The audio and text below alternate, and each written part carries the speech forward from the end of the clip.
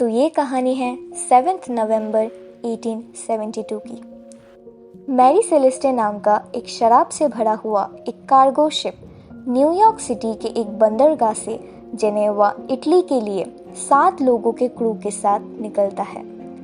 इस जहाज के कैप्टन थे बेंजामिन स्पूनर ब्रिग्स और उनके साथ मौजूद थी उनकी पत्नी सरा और उनकी 2 साल की बेटी सोफिया।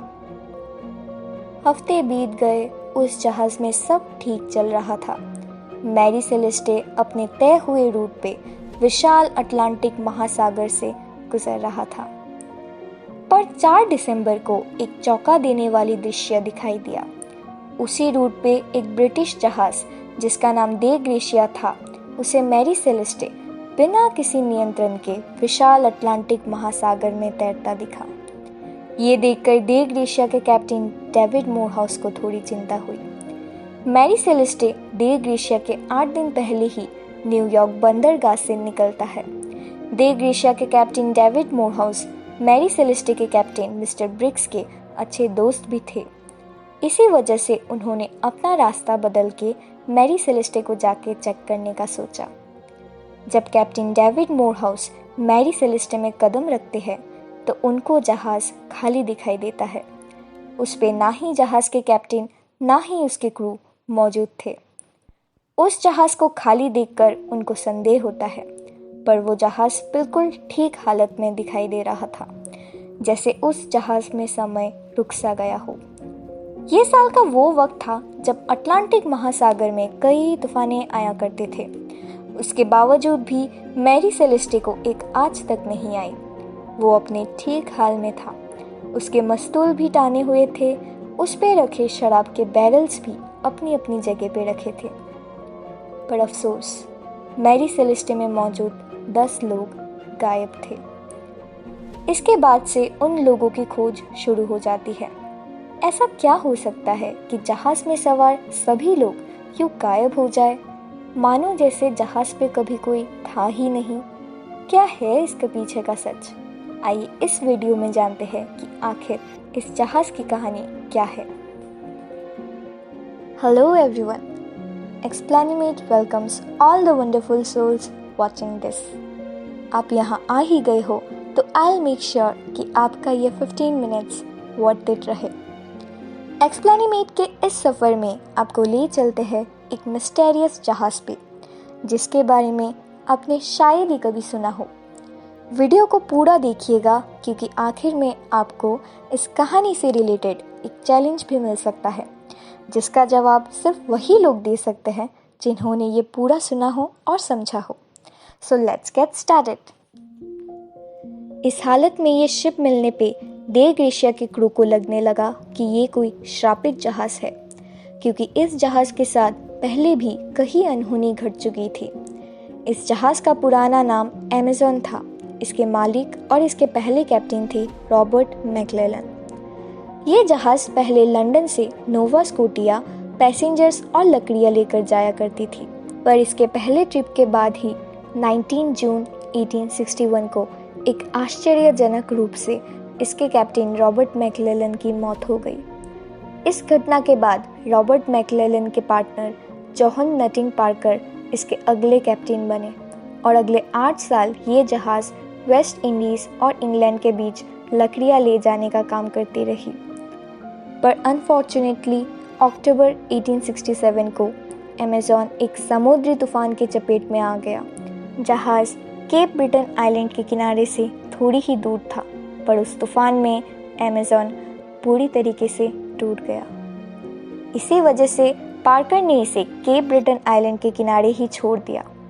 इस तूफान में डेक पे काम कर रहे 2 नाविकों की भी मौत हो गई। फिर इस जहाज को मैकबिम नाम के एक लोकल बिजनेसमैन ने खरीद लिया, इसका मरम्मत करवाया और फिर उन्होंने इसका नया नाम रख दिया मैरी सेलेस्टे। इस जहाज का उन्होंने न्यूयॉर्क में रजिस्ट्रेशन भी करवाया। अगले 3 साल तक वो ही इसका कैप्टन रहे। 1869 को मैकबिम के ऊपर कर्ज के कारण मैरी सेलेस्टे को जेम्स विंचेस्टर के पास बेच दिया गया, जिसे उन्होंने फिर से मरम्मत करवाई और उसे और बड़ा बनाया। न्यूयॉर्क पोर्ट में मिले डॉक्यूमेंट्स के अनुसार विंचेस्टर ने जहाज़ को लकड़ियाँ ले जाने वाली शिप से बदलकर हर तरीके का कार्गो ले जाने वाली शिप में बदल दिया। साथ में इसके कार्गो होल्ड को लगभग दुगना कर दिया। इसमें कैप्टन बेंजामिन ब्रिग्स की भी हिस्सेदारी थी और इसी वजह से वो इस जहाज़ मैरी सेलेस्टे के कैप्टन बने। अब वो वक्त आता है जब मैरी सेलेस्टे अपने आखिरी सफ़र के लिए निकलता है। उस सफ़र में जाने से पहले कैप्टन ब्रिग्स और डे ग्रीशिया के कैप्टन डेविड मोरहाउस साथ में डिनर करते हैं। इसके बाद 7 नवंबर सुबह 11 बजे मैरी सेलेस्टे अपने सफ़र पे निकल जाता है। उसके ठीक 8 दिन बाद डे ग्रीशिया भी उसी रूट पे गिब्राल्टर के लिए निकल जाता है। 5 दिसंबर को पोर्तुगल के खड़ी के पास मैरी सेलेस्टे को ऐसे बिना नियंत्रण के तैरता देख डेविड मोरहाउस को शक होता है। कैप्टन उनके क्रू के मेंबर जॉन राइटर्स के साथ जहाज पे जाने का सोचते हैं। मैरी सेलेस्टे के डेक पे कोई भी क्रू दिखाई नहीं दे रहा था और ना ही मैरी सेलेस्टे उनके भेजे गए किसी भी सिग्नल का जवाब दे रहे थे। उसके बाद मोरहाउस और राइट बड़ी सावधानी से उस जहाज पर गए। वहां उन्होंने पूरे जहाज को खाली पाया, पर सब कुछ सही सलामत था। बस कुछ रस्सियाँ टूटी पड़ी थी और एक लाइफ बोट गायब था। उन्होंने जब अंदर झांक के देखा तो उनको शिप के डेली लॉग में से आखिरी एंट्री सेंटा मेरिया आइलैंड का दिखाई पड़ा। टेबल पे खाना रखा हुआ था। किचन में खाना बनाने की तैयारी चल रही थी। क्रू के निजी सामान अपनी अपनी जगह पर रखे थे। बस लोग उस जहाज से मानो गायब हो गए। ये सब जाग के जब डे ग्रीशिया के कैप्टन ने गिब्राल्टर के पोर्ट अथॉरिटी को बताया तो उन्होंने इन्वेस्टिगेशन शुरू की। मैरी सेलेस्टे में मौजूद लोगों के गायब हो जाने से जुड़ी कई थियरीज भी सामने आई। कुछ लोगों का कहना था कि ये पानी में आया एक चक्रवात हो सकता है, जिसके कारण इसके क्रू अपनी जान बचाने के लिए जहाज छोड़ के भाग गए।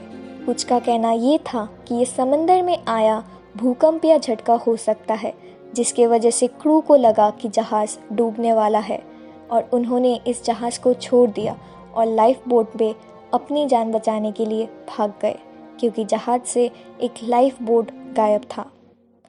पर कोई भी इस रहस्य को सुलझा नहीं पाया और वक्त के साथ साथ इस इन्वेस्टिगेशन को भी बंद कर दिया गया। पर कई नाविकों का ये मानना था कि इसके पीछे कोई अलौकिक चीज़ है जिसने इस जहाज़ के लोगों को गायब कर दिया, या फिर कोई समुद्री दानव जिसने मानो सारे लोगों को खुद में समा लिया हो। ये थियरीज भले ही काल्पनिक है, पर उस समय ऐसी कहानियाँ बहुत प्रचलित थी। आखिर के कुछ इन्वेस्टिगेशंस ने इंश्योरेंस फ्रॉड के तरफ भी इशारा किया, पर कोई सबूत ना मिलने के कारण ये रहस्य आज भी सुलझ ना पाया। जहाज के 10 लोग कैसे यूं अचानक बिना कोई निशान छोड़े गायब हो गए। ये घटना आज भी कई नाविकों में प्रचलित है। समंदर जितना गहरा है उतने ही गहरे हैं उसके राज। मैरी सेलेस्टे की इस घटना ने अपने पीछे कई सवाल छोड़े हैं, जिसकी तलाश आज भी कई आर्कियोलॉजिस्ट्स कर रहे हैं। उन गायब लोगों की खबर कभी मिलेगी भी या नहीं, आपको क्या लगता है इस बारे में ज़रूर कमेंट करके बताइएगा। तो अब वक्त आता है एक्सप्लेनिमेट गिव अवे का आपके अगले स्क्रीन पर। Here we go. Interesting right? तो जिसका जवाब हमें सबसे ज़्यादा मज़ेदार लगेगा उसको मिलने वाला है अगले वीडियो में शाउट आउट। सिर्फ यही नहीं, तो रुको जरा, सब्र करो। विनर को मिलेगा एक शानदार सा गेमिंग ईयरफोन वर्थ ₹1499। जी हाँ, आपने सही सुना। तो अगले वीडियो में देखते हैं कौन होता है वो लकी इंसान जिसको मिलने वाला है ये लाजवाब गिफ्ट। तो रेडी हो जाइए अपने अनोखे आंसर्स के साथ। मिलते हैं कमेंट सेक्शन पे। इस वीडियो को शेयर ज़रूर कर दीजिएगा एंड अच्छा लगे तो सब्सक्राइब तो करेंगे ही। तब तक के लिए खुश रहिए और मिलते हैं एक्सप्लेनिमेट के अगले दिलचस्प और चौंका देने वाली वीडियो में। Thank you.